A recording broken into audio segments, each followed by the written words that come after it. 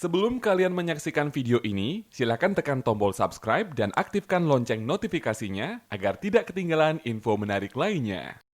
Selamat pagi pemirsa, senang sekali hari ini kembali bersama saya Ade Dorcas menyapa dalam acara Fintalk Financial Talk.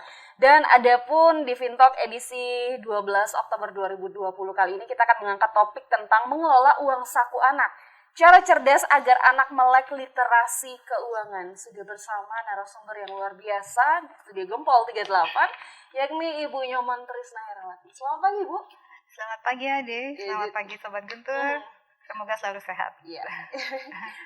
Pemirsa yang selalu sehat. Ibu bagaimana kabarnya hari ini? Ya, sekarang sehat-sehat juga, Ade. Ya, sudah bisa stay di sini ya, sudah bisa melakukan aktivitas. Ya, dan juga sudah siap juga untuk menyampaikan materi. Ya, pastinya. Terkait literasi anak. Ya, ini seru sekali sepertinya pembahasannya untuk ibu-ibu muda di rumah gitu ya. Iya, yang mempersiapkan diri juga menjadi ibu nanti. Bisa gitu ya. Nah, tapi sebelum kita membahas lebih jauh tentang topik kita kali ini, kita akan mendengarkan satu cuplikan berikut. Literasi keuangan adalah hal yang sangat penting dipahami dan dilakukan untuk menciptakan keseimbangan pada kondisi keuangan. Menjadi penting dipahami juga, kapan momentum yang tepat untuk memulai literasi keuangan ini? Tentu saja kita semua setuju bahwa pendidikan apapun semestinya dimulai sejak usia dini.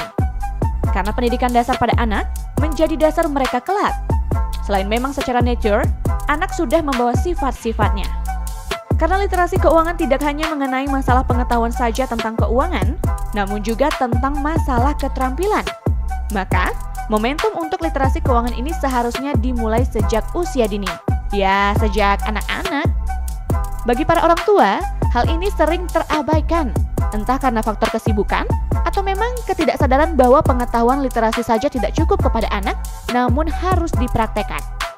Pada kehidupan modern seperti sekarang ini, kesibukan orang tua menyumbang kepada alpanya literasi keuangan pada anak sejak usia dini.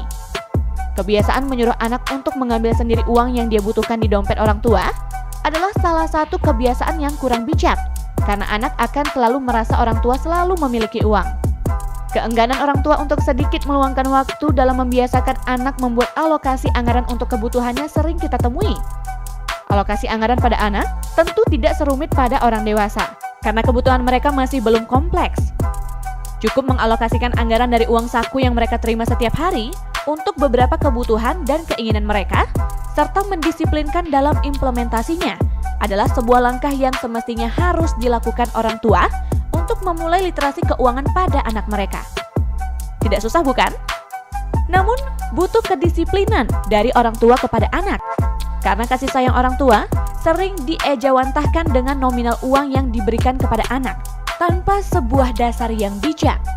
Nah, dengan memahami pentingnya pendidikan dasar keuangan pada anak sejak usia dini ini, yuk simak obrolan pada Fintalk edisi kali ini, yang mengambil topik mengelola uang saku anak, cara cerdas agar anak melek literasi keuangan, bersama akademisi dan praktisi keuangan. Ya, jadi dikatakan bahwa penting sekali untuk mendidik anak sejak dini terkait pengelolaan keuangan, dan ini harus dibutuhkan peran dari orang tua masing-masing. Nah, langsung saja sebelum kita bahas lebih jauh, sebenarnya literasi itu apa sih, Bu? Ya, baik Ade, terima kasih. Ini tema yang sedikit berbeda dengan tema-tema kita sebelumnya. Jadi saya ingin mengambil tema hari ini tentang parenting, yaitu bagaimana mendidik anak. Saya kaitkan tentu saja kalau di keuangan, mendidik anak tentu saja di pendidikan keuangan ya, atau yang kita sebut juga sekarang lagi tren itu adalah literasi keuangan gitu. Mungkin kalau anak-anak itu sudah tahu persis literasi membaca, karena aktivitas literasi itu bahkan sudah menjadi semacam kurikulum tersendiri yang masuk di sekolah-sekolah. Kalau dulu setiap hari Jumat itu ada kegiatan literasi, mereka disuruh untuk membaca buku, kemudian menyampaikan kembali isi buku tersebut, atau ada juga literasi menulis yang diberikan tugas untuk menulis. Jadi intinya literasi itu mencakup pengetahuan dan keterampilan gitu. Jadi skill lah, ability. Nah, Kalau di bidang keuangan, tentu saja yang dimaksud dengan literasi keuangan itu adalah pengetahuan dan keterampilan dalam pengelolaan keuangan. Itu secara simpelnya ya, jadi kita nggak bicara masalah teori yang terlalu ribet, tapi kalau misalkan ngomong literasi keuangan, ya begitu. Jadi dia memiliki pengetahuan tentang pengelolaan keuangan dan skill, jadi keterampilan untuk mempraktekkan pengetahuan yang dia miliki terkait dengan pengelolaan keuangan. Nah, mungkin itu yang bisa disebut dengan literasi keuangan. Lantas, bagaimana sih peran uang saku ini dapat membentuk literasi keuangan yang baik pada anak? Iya, oke. Seperti tadi disampaikan di preview di awal ya, gitu. Jadi kalau kita mendidik sesuatu itu memang sebaiknya sejak dini, sejak usia-usia anak-anak. Kenapa proses pengetahuan itu bisa ditangkap itu memang lebih banyak sebenarnya di anak-anak gitu. Jadi kalau kita membentuk karakter seseorang itu memang lebih bagus kita bentuk itu di usia yang masih anak-anak gitu ya. Kalau saya sempat membaca beberapa artikel dan berita juga, kalau literasi keuangan itu kalau kita lihat di luar gitu ya, itu sudah masuk ke kurikulum. Jadi dalam artian ada pendidikan yang memang diberikan di sekolah terkait dengan literasi keuangan. Bagaimana anak-anak itu memahami pengelolaan keuangan itu sendiri dan dibelajarkan oleh guru mereka. Jadi konsep literasi keuangan itu sudah diperoleh di sekolah gitu. Nah, kalau di Indonesia sendiri saya pikir untuk mata kuliah atau pelajaran tersendiri itu belum ya Ade ya. Tetapi sudah terintegrasi mungkin di beberapa mata pelajaran seperti di ekonomi gitu mungkin kan. Kita lihat ada beberapa komponen dalam pelajaran tersebut adalah aktivitas menabung. Gitu. Jadi ada kegiatan menabung. Nah, itu adalah salah satu sebenarnya dalam prinsip literasi keuangan gitu. Nah, artinya bahwa pendidikan literasi keuangan ini bisa disampaikan lewat sekolah dan bisa disampaikan melalui keluarga gitu kan ya. Karena kita tahu bahwa pendidikan anak-anak itu pasti akan dipengaruhi oleh dua hal. Yang pertama kita sebut dengan nature, yang satu lagi adalah nurture. Nature itu adalah kemampuan atau perilaku anak yang diperoleh dari bawaan. Jadi sudah ada sifat genetis yang memang ada di situ gitu. Sedangkan kalau nurture itu adalah kemampuan atau perilaku anak-anak yang diperoleh dari lingkungan di sekitarnya. Lingkungan di sekitar ini siapa saja, tentu saja kalau anak-anak kita akan bicara nomor satu pasti sekolah ya. Oke. Kalau zaman dulu itu dari jam 7 sampai jam 1 siang, itu sudah ada di sekolah. Belum yang full day lagi kan, dari jam 7 sampai jam setengah 4, jadi itu full sekolah. Jadi kita bayangkan bahwa pendidikan anak-anak itu akan lebih banyak di sekolah gitu kan. Sisanya tentu saja di keluarga. Di keluarga mungkin porsinya lebih sedikit, karena habis sekolah dia mungkin les, dia mungkin bermain ke rumah temannya gitu kan. Nah, jadi itu gitu. Nah, tapi kalau di masa pandemi ini sekolah kan tidak ya. Jadi kita lihat bahwa pengaruh dari keluarga itu seharusnya dominan untuk membentuk karakter anak, dan dalam hubungannya kaitan dalam hal ini adalah membentuk bagaimana anak mengelola keuangan pribadinya gitu. Iya, jadi kalau tadi dijelaskan tentang anaknya, lantas dari orang tua sendiri nih Bu, apa sih manfaatnya untuk orang tua ketika anak ini sudah melek literasi sejak dini? Iya, betul sekali. Nah, kalau di rumah siapa yang memberikan pendidikan, siapa yang memberikan pembelajaran, itu saja tentu saja adalah orang tua seharusnya ya gitu. Cuman ya memang kadang saya sendiri juga sebagai orang tua ya gitu kan, jadi kadang kita sibuk dengan aktivitas kita sendiri gitu, dan memang untuk masalah keuangan ini saya merasa juga merupakan pendidikan yang agak sedikit tabu mungkin ya, belum familiar kalau kita bicara masalah uang terhadap anak gitu ya. Jadi uang itu ngapain sih, kan bukan sesuatu yang harus diagung-agungkan. Beda kalau orang tua mengajarkan etika, sopan santun gitu kan ya. Nah, itu dia gitu. Tetapi saya pikir kembali ke awal bahwa it's literasi. Jadi literasi apapun itu bagus kalau memang memberikan manfaat atau dampak yang bagus di masa yang akan datang kan gitu. Nah, orang tua tuh sering begini dia. Kalau sibuk, satu seperti yang di preview juga di awal. Termasuk saya Ade, saya juga dulu gitu. Misalkan kita mau cuci piring nih, gitu kan, Bu minta uang, ada dagang lewat gitu misalnya, udah ambil di dompet gitu kan ya. Nah itu sebenarnya kebiasaan yang menurut saya nggak bagus gitu. Jadi kenapa? Karena anak itu akan membetulkan perilaku tersebut gitu. Jadi saya biasa tuh ngambil uang di orang dompet di orang tua, meskipun atas perintah kita kan ya. Nah tapi itu kebiasaan yang tidak bagus gitu. Berikutnya dampak dari itu juga kita lihat anak itu kurang memahami bagaimana uang itu bekerja sebenarnya. Jadi kalau ngelihat uang di dompet ada terus dan ada terus gitu kan ya.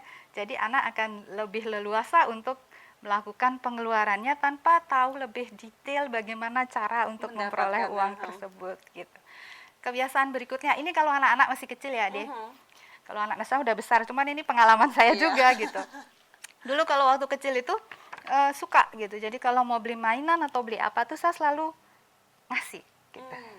Ngasih. Dulu lagi pernah waktu SD atau TK saya lupa ada serial semacam kartu yang harus diikuti gitu kan. Jadi setiap ada keluaran terbaru kita harus beli, Nah itu dia. Dan kalau kita tidak belikan dia akan ngambek dan itu akan membuat kerjaan kita nggak beres. Akhirnya sudahlah beliin aja gitu kan ya. Nah itu juga kalau kita baca dampaknya juga nggak bagus gitu. Jadi selalu menuruti keinginan si anak itu sendiri gitu. Nah itu salah satu pendidikan keuangan yang sebenarnya bisa membentuk karakter itu sendiri. Jadi sekali lagi anak itu akan dipengaruhi oleh bawaannya dia, gennya dia, kemudian pengaruh dari lingkungan gitu. Karena kadang saya juga melihat ada beberapa anak yang memang sudah dari kecil tuh dia udah saklek sama uang gitu, udah sangat disiplin banget gitu. Makanya kalau ada orang bilang nak dasarnya pelit gitu kan, ada orang ya. Jadi ada orang bilang kalau kita belanja misalkan nak berdasarnya tuh pelit gitu. Jadi kita merasa bahwa dia memang udah bawaan dari orok itu memang udah pelit gitu kan. Nah tapi selama perjalanan hidupnya gitu, dia juga pasti bisa akan dipengaruhi oleh lingkungan gitu. Jadi bagaimana lingkungan itu bisa membentuk karakter, jadi harus seimbang sebenarnya antara nurture dan nature tadi gitu. Jadi bawaannya dan peran lingkungan sekitar untuk membentuk karakter anak itu sendiri. Ya, gitu. Nah, terus kita kaitkan sama uang saku ya tadi pertanyaannya Ade ya. Karena karena anak-anak itu kan proses pertama kali ketemu uang itu tentu saja dari uang saku. Kalau Ade dari umur berapa ya dikasih uang saku ya? TK Ibu sudah pegang uang saku. Sebenarnya sebelum TK juga udah pegang-pegang uang gitu. Nah gitu ya. Warnanya ya. Itu. Jadi sebenarnya bagaimana kita mengajarkan anak tentang literasi keuangan itu bisa kita mulai dari memberikan pendidikan pengelolaan uang saku gitu Ade. Jadi sekali lagi literasi nggak cuma pengetahuan, karena kalau kita ngomong pengetahuan teori banget, tapi yang penting adalah bagaimana dia bisa diaplikasikan, bagaimana dia bisa dipraktekkan dalam kehidupannya. Nah begitu gitu. Jadi, untuk orang tua ini tentu saja bahwa cara mendidik anak pertama kali untuk memahami literasi keuangan adalah melalui bagaimana mengajarkan dia untuk mengelola uang sakunya tersebut. Seperti itu. Oke. Nah lantas kalau cara yang bisa langsung diaplikasikan, kalau tadi Ibu bilang, kalau cuma teori, jadi anaknya malam dikasih tahu harus begini, tapi nggak dikasih uang saku, maksudnya nggak ada praktek dan nggak ada kolam untuk aplikasi ini juga bukan bahaya juga gitu ya, tapi benar-benar gimana anak-anak cuma denger doang, tapi nggak bisa melakukan. Nah lantas apa saja sih Bu yang harus diperhatikan gitu dalam hal si anak nih dalam mendidik dalam pengelolaan keuangannya? Ya oke. Saya di sini simpulkan ada 6 aktivitas. Ada 6 aktivitas yang berkaitan dengan bagaimana sebaiknya kita mendidik anak melalui uang saku. Yang pertama, kapan ya Ade ya, seperti pertanyaan saya tadi, kapan sebenarnya kita memberikan uang saku yang tepat kepada anak gitu. Nah, kalau dari beberapa literatur yang saya baca itu dimulai pada saat anak sudah mulai belajar berhitung. Jadi sudah mengenal angka, tapi bagi saya sendiri yang pasti sudah tahu mata uang ya. Jadi sudah bisa membedakan antara uang 1.000 dan uang 5.000 tentu saja. Nah seperti itu. tidak ada acuan yang baku terkait dengan ini, karena saya setuju bahwa kapan time yang tepat untuk memberikan uang saku tergantung lingkungan kita. Biasanya anak pertama kali kalau minta uang saku pasti untuk jajan. Kalau di sekolah itu ada kantin yang memang menyediakan untuk jajan itu murid, nah biasanya anak-anak akan mau untuk itu kan gitu ya. Tetapi ada pula beberapa orang tua yang melarang anaknya untuk belanja di kantin dengan alasan satu dan lain hal, mungkin dari higienitas makanan biar lebih sehat, jadi dibawakan bekal dari rumah. Nah tentu saja itu tidak membutuhkan uang saku. Nah gitu, jadi pada saat kapan ya, tapi kalau kita ingin mendidik anak, kalau saran saya itu mulailah di usia, kalau menurut saya itu kelas 4 SD. Itu usia anak-anak yang sudah pertengahan ya. Kalau anak-anak kita bisa lihat, kalau TK belum, dari SD, dari umur 7 sampai dengan 6 sampai 12 tahun itu kan masa anak-anak tuh. Nah, dari usia 6 sampai atau kelas 1 sampai kelas 3 SD itu biasanya masih peralihan ya. Tapi kalau sudah 4 SD sudah mulai mengenal lingkungannya dan sudah mulai untuk coba-coba belajar ke kantin, kemudian ada dagang mainan gitu kan. Nah itu, jadi pada saat itu kita sudah bisa membelajarkan anak untuk mengelola uang saku. Jadi dalam artian kita sudah bisa memberikannya uang saku. Di samping itu kita juga yakin bahwa umur 4 SD hitung-hitungannya sudah pas kan ya. Hitung-hitungannya sudah pas, kemudian sudah mengenal mata uang gitu. Karena ya seperti yang saya bilang, proses berhitung itu penting. Karena harus tahu kembalian kan gitu ya. Harus tahu kembalian gitu. 5.000 gitu. Belanja 5.000 nanti uangnya malah 1.000 kan gitu. Nah, itu repot lagi, bisa dimarahin dagangnya. Nah, gitu. Itu yang pertama, kapan? Itu untuk kapan kita sesuaikan lingkungan, dan memang kalau lingkungan itu memang sudah bisa untuk kita ajarkan, kelas 4 SD bagi saya sudah pas bisa, ya gitu. Nah, terus yang berikutnya adalah berapa banyak, how much gitu. Nah, ini harus diperhitungkan oleh orang tua gitu. Jadi memang kita yang harus budget. Jadi kalau kita ada uang kas besar itu berarti uang kas orang tua ya. Nah, uang kas kecil ini berarti uang anak gitu kan. Nah, jadi kita satu akan membudgetkan berapa budget kita untuk anak dari kas besar itu gitu kan.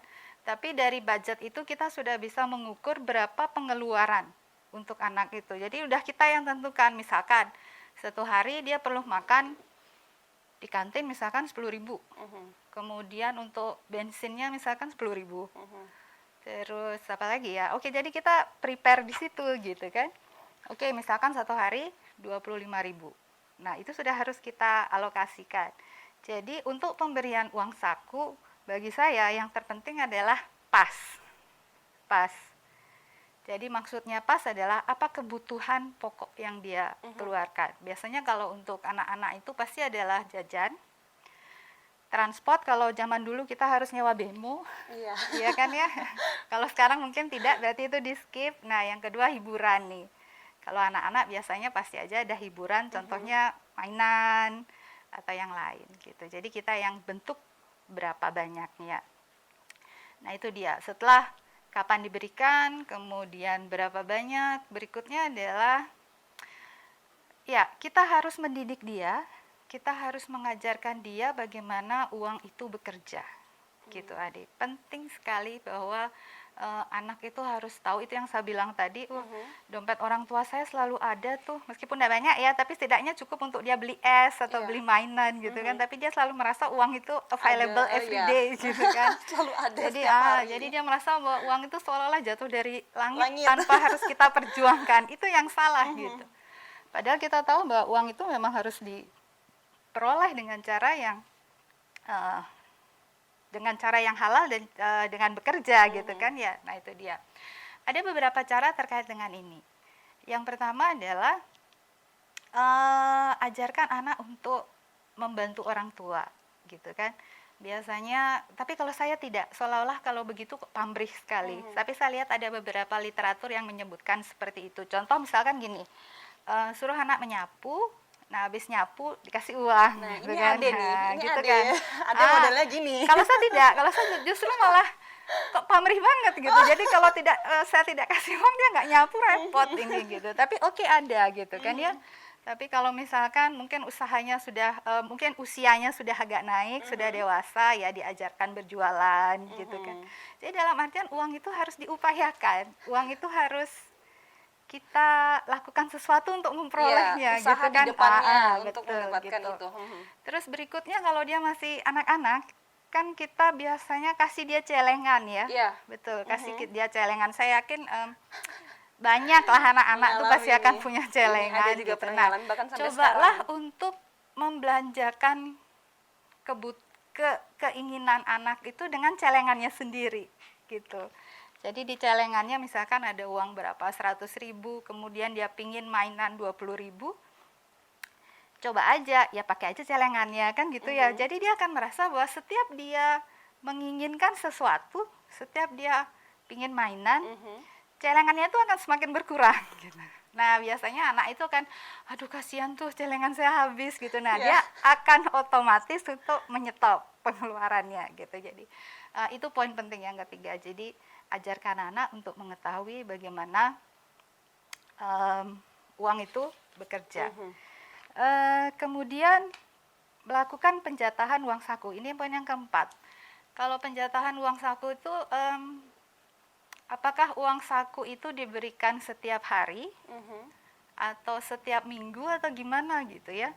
Nah ini nggak ada teori yang pasti juga gitu, tetapi kalau financial planner bilang lebih bagus kalau dijatah itu per periode. Seminggu, 2 minggu, atau per bulan. Karena dengan diberikan jatah per periode, dia itu memiliki kesempatan untuk melakukan pengelolaan keuangan itu sendiri gitu. Jadi dia membuat perencanaan, ini untuk makan, ini untuk mainan, nah gitu.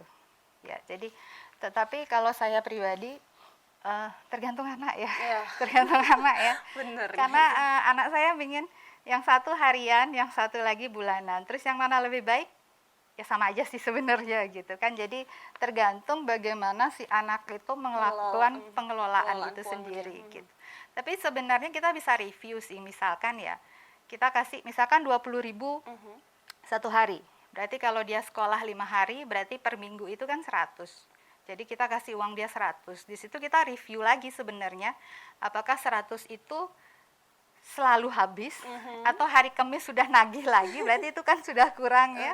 Nah, itu. Jadi kita bisa review di situ. Kita bisa komunikasikan lagi, kita bisa diskusikan lagi dengan anak supaya dia harus disiplin banget untuk itu gitu. Kalau enggak ya kita turunkan grade lagi, ya harian terpaksa gitu. Jadi setiap hari gitu.